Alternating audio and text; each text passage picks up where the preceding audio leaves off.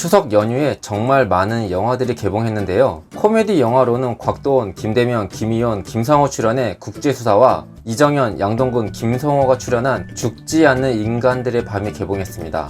어떤 영화를 볼까 고민하시다가 국제수사를 고르신 분들에게는 위로의 말씀을 드리겠습니다. 혹시 영화 제목이 죽지 않는 인간들의 밤이라고 해서 좀비 영화라고 생각하셨다면 이건 영화사 잘못, 좀비 영화 아닙니다. 일단 영화에 대한 결론부터 말씀드리면 분명 호불호가 있을 수 있지만 2020년 코미디 영화 개봉작 중 최고의 영화입니다. 참고로 올해 코미디 영화 개봉작이 별로 없어요. 11월쯤에 열리는 제41회 청룡 영화상까지 앞으로 어떤 코미디 영화들이 개봉할지 모르겠지만 이 영화에 관해서는 무조건 상 한 개는 탄다고 생각합니다. 양동근 인기 스타상은 타지 않을까 싶은데요. 영화를 많이 보고 영화를 많이 좋아하시는 분들은 이 영화에 대해 기대를 많이 했는데요. 그 이유는 이 영화를 제작한 신정원 감독 때문입니다. 왜냐면 신정원 감독이 2004년에 만든 2014년도가 아니고 2004년이요? 시실리 2kg라는 영화 때문입니다. 이번 영화에 대해서 시실리 2kg를 만든 감독이란 말을 계속 이야기하는 이유가 그 이유입니다. 시실리 2kg? 그런 영화가 있었어? 하실 분들이 좀 많을 거라 생각하는데요. 당시 이 영화는 임창정, 권오중, TTL 소녀 이문경 주연이었고요. TTL이 뭔지 아시려나? TTL 카드로 할인받아서 영화 진짜 많이 봤었는데 지금은 한국 영화 탑클래스 배우로 활동 중인 김윤석이 그 당시 조연으로 나온 영화입니다. 저도 이 영화를 본 지가 너무 오래돼서 기억이 가물가물한데 지금도 이 영화에 대해서 신정원 감독만이 할 수 있는 시대를 앞서간 신선한 코미디 작품으로 이야기합니다.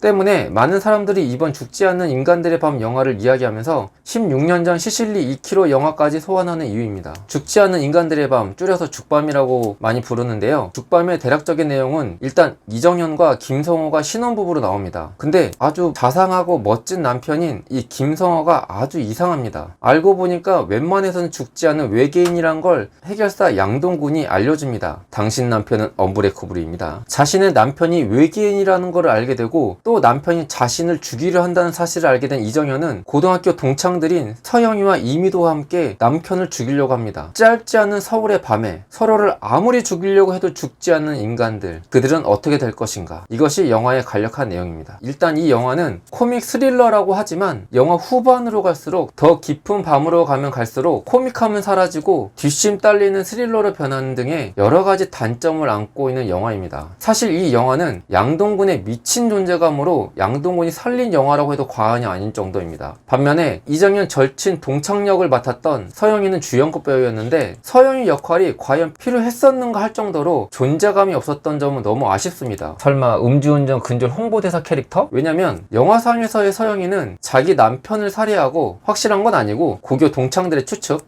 조용히 정류점을 직접 운영하면서 고개를 써는 약간 억척스럽고 독한 캐릭터로 뉘앙스를 풍기는데 그런 캐릭터로 몰아간 이유에 대해서 영화 전체적으로 설명이 안 됩니다. 단지 이정현 옆에서 위로해주고 도와주는 그 이상 그 이하도 아닌 역할로만 끝나서 너무 아쉽습니다. 서영이 부분이 완전 통편집됐나? 하지만 이 영화는 양동근의 재발견이라고 할 정도로 양동근밖에 보이지 않았는데요. 정말 대박 웃긴 부분이 있는데 이 부분은 다 웃으실 거예요. 그 부분 때문에 영화 끝날 때까지 양동근 얼굴만 나오면 그냥 계속 웃깁니다. 앞으로 코미디 영화에서 전기 감정 설정으로 사람들을 웃기려면 이 장면이 기준이 될 것입니다. 양동근보다 웃길 수 있냐 없냐로. 이 영화에 대한 양동근 씨 인터뷰를 찾아봤는데요. 양동근은 이번 영화를 통해서 30년 동안 배우지 못하고 알지 못했던 그 유연함에 대해서 배웠다고 소감을 밝혔습니다. 예전에는 자연스럽게 연기하는 게 유연한 거라고 생각했는데 감독의 디렉션에 유연하게 받아들이는 게 진짜 유연함이라는 걸 깨달았다. 정말 헛다리만 짚었던 거다. 예전에는 이해가 안 되거나 받아들이지 못했을 때는 이유를 묻곤 했는데 이번 현장에서는 디렉션을 받으면 바로 다 했다. 그래서 걷어낸 편집본도 많다. 연기 인생 30년 처음으로 유연함을 맛보고 발견했다 라고 밝혔습니다. 저는 다음에 나올 양동근 출연작이 굉장히 기대가 됩니다. 그것이 코미디 영화든 아니든 간에요. 진짜 알바들 해도 너무하네.